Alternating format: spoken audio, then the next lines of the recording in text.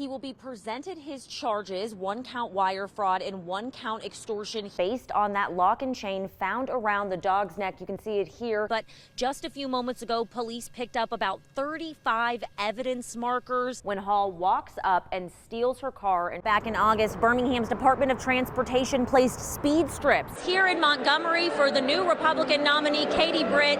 They are cheering. He is shocked that Casey has been on the run for this long, or FaceTiming while driving, and it's getting dangerous. But there's only so much your local congressman can do, and they want to hear from you and everyone in the community. They're hosting multiple chances this week, and they tell me that all of their car windows are being smashed into. Mayor Randall Woodfin took to social media today to call out the owners of this rundown and abandoned house. You can see the multiple tweets here. He says more than 40,000 homes in Birmingham now have these new uniform trash bins, but gas prices are going to vary across the state. You're going to see them get a little higher if you're heading down south. Or Yo Mama's here on 2nd downtown. They're going to move over to 4th Avenue North, right in front of the Harbert Center at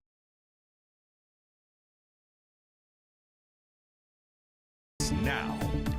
Birmingham city leaders working to clean up a rundown and abandoned property in the South East Lake neighborhood, and this will shock you. It violates the city's health and environmental codes. Yeah, you can see that house right here. This is on 87th Street South. It's garbage all in front of the front yard there. And it's been like this for months now, but this is not as simple as just picking up that trash. Our Lauren Jackson joins us now with more on how officials are working to hold the owners responsible. Yeah, Catherine, Steve, Birmingham Mayor Randall Woodfin took to social media today to call out the owners of this rundown and abandoned house. You can see the multiple tweets here. He says no one officially lives there, and the house is owned by an out-of-state corporation, making it really difficult for the city to address the code violations and get this property cleaned up. A long-time standing nuisance. It's a health hazard. We have squatters that are living in and out of it. WBRC crews went by the Southeast Lake neighborhood, but people on the property did not want our cameras to catch the condition of the house. Birmingham City Councilor Hunter Williams says it's one of the most problematic spots in the city. This is an example of something that is completely egregious, something that has been a problem for a long-standing time, and something, quite frankly, that the city of Birmingham is sick of. Birmingham police have been out to the property, but the city can't legally clean the site. The owners have to. That property is owned by a shell corporation, which is owned by a corporation owned from a different corporation in the state of Florida. So it is so many times removed from what the city has reach over that we are not able to take enforcement actions. For in-state owners who violate city codes, the city can criminally pursue them and make them show up to court. But after multiple private and public attempts to reach the owning company, Williams says the city is going to have to take other action. Just because we might be limited by the law in terms of how we pursue them criminally in an immediate fashion, we will be pursuing them in civil court. And while civil court can be an expensive and lengthy process, Williams says the city is committed to getting this site cleaned. It is not fair that these out-of-state corporations own shell corporations in the state of Alabama and are buying up properties and neglecting them or not doing what they need to do to maintain them.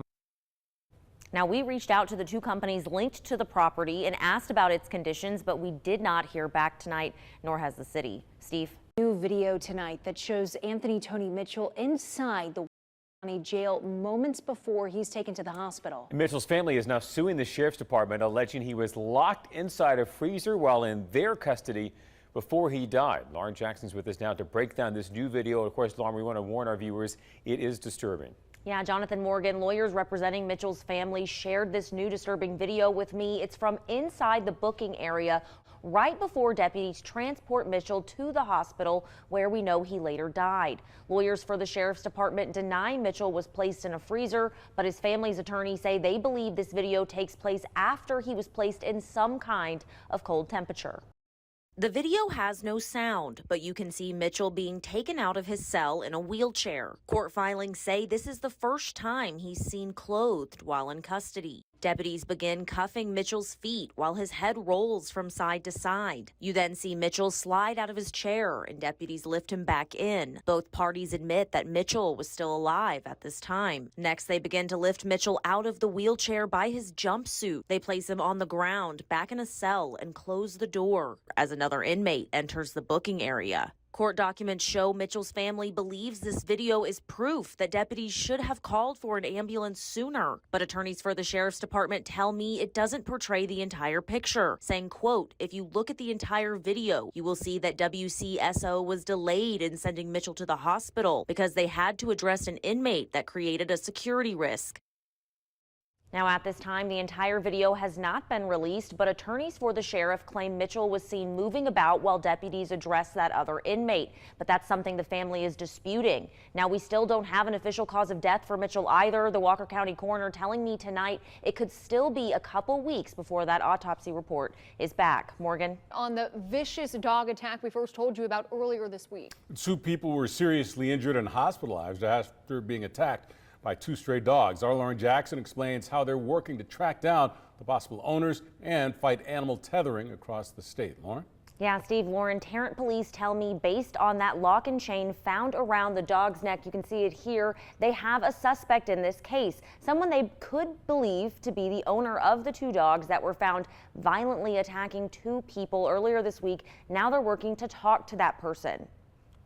We've tracked that person down. Thought to be vicious strays. Tarrant police now say this chain and lock found around one dog's neck could be a connection to the potential owner. It's maybe been an employment lock that one person had at their employer, but it had a plastic case with a photographic image on it, as well as some information about at least a name. We're trying to locate that individual, get an interview from them, as well as trying to find out if that person's neighbors was aware that they had any animals and if those animals still exist. Police say a photo online shows this person to have a similar dog, and the chain could mean the dogs were potentially tethered outside. If the animals that they did own are missing, and when did he come to not be in possession of them and how that happened. Officials with the Greater Birmingham Humane Society say strays in Jefferson County have doubled in the last few months because of lax anti-tethering and leash laws. Start putting some effective ordinances in place that hold people accountable for letting their dogs run free. In other words, they have to have enforced leash laws, enforce tethering acts. If you're a mayor right now or a city council, you ought to be passing an anti-tethering act to protect your citizens. The city of Birmingham passed an anti-tethering act in 2020, but GBHS says it's still one of the worst cities for stray animals. Allow your animal control officers to cite and ticket people that continually violate it, because it doesn't do any good to have a tethering act in any city if we're not going to enforce it. Now, Tarrant police tell me the 2 victims are doing better. Luckily, the female victim who stepped in to help the original attack is home recovering tonight. The male victim, who initially had very severe injuries, is still in the hospital right now, but he has been upgraded to stable condition. Steve?